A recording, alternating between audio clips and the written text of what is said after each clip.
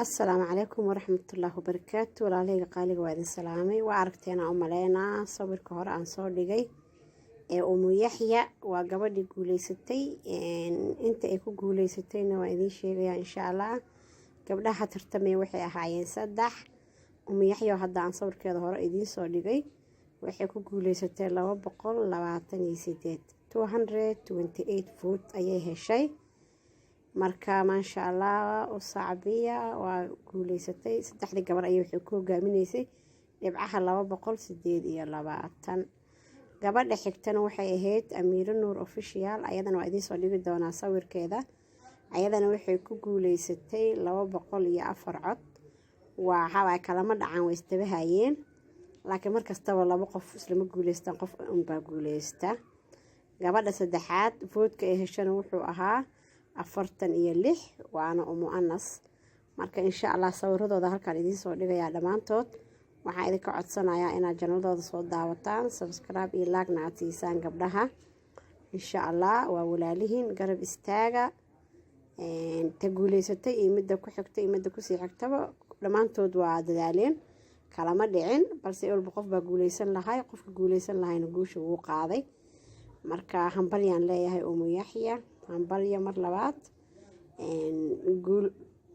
guushaada. Amiira Nuur ayadana waxaan leeyahay waa adigana ma liidatid, waxaad keentay codka 204. ma sha Allah tabarakallah, dadaalkaaga halkaas ka sii wad. Umu Anas ayadana sidoo kale 46 way dadaashay. qofka duusan horta dhiirin lahayn una tartanka isku soo dhiirinin amiin ama geesinimo u soo gelin maba heleen cod soo maaha. marka ma sha Allah qofka markasta uu soo dadaalo waa inta uu helo cod iyo dhiiranaan kalsoonina uu isku qabtaa. ma sha Allah 3 gabdhood walaalay waxaan leeyahay horumar wacan, guul ayaan idin wada rajeynaa dhamaantiin insha Allah. marka waxaan jeclahay kulligood channelka koowaad ay inta wuxuu ahaa Umu Yaxya. labada channel oo gabdhaha kaleetana gadaal ayaa idin ka tusayaa insha Allah. soo booqda subscribe ciday u ahayn subscribe ha siiso, like comment waxaad ku saacidi karto wax lacag ka gadan maaha insha Allah tabarakallah. ayagan dhiirigelin ayay u tahay gabdhaha. marka gabadha guuleysatay Umu Yaxyana waxay nagu leedahay abaalmarin. kulay anaga group ahaan marka aan siinin abaalmarinteeda waana gabdhaha tartamay hadda waa group kaliya. marka hadda sawirkaan idin soo dhigayaa waa Umu Yaxya. Umu Yaxya ayaa hadda gudubtay. gabadha xigta oo 204 codka ah ku guuleysatayna waa Amiira Nuur official. Amiira Nuur official waxay ku guuleysatay 204 cod.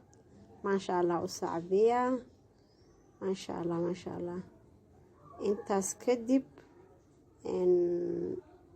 marka wax kale aan dhaha ma aqaano. gabdhaha garab istaaga insha Allah oo walaalihiin. ta guuleysatay intaan ku xigtay tan ku sii xigtaba kulligood tartanka way isku dayeen. isku daygana guul ayay ka dambayso. ma sha Allah tabarakallah. marka qaraya idin rajeynayaa. aniga Zahra ahna waxaan idin leeyahay cidi igu cusub subscribe, like, share. cidi hore ila socotayna commentiga igu dhiirigelisay iyo like-ta insha Allah. khayran dhamaan ayaan idin kaga tagay. gabadha kale xigtana waxay noo noqon doontaa ayadan gadaal ayaa inoo soo dhigay waa Umu Anas. channelkeedana waa inta idin soo saara waad arki doontaan insha Allah.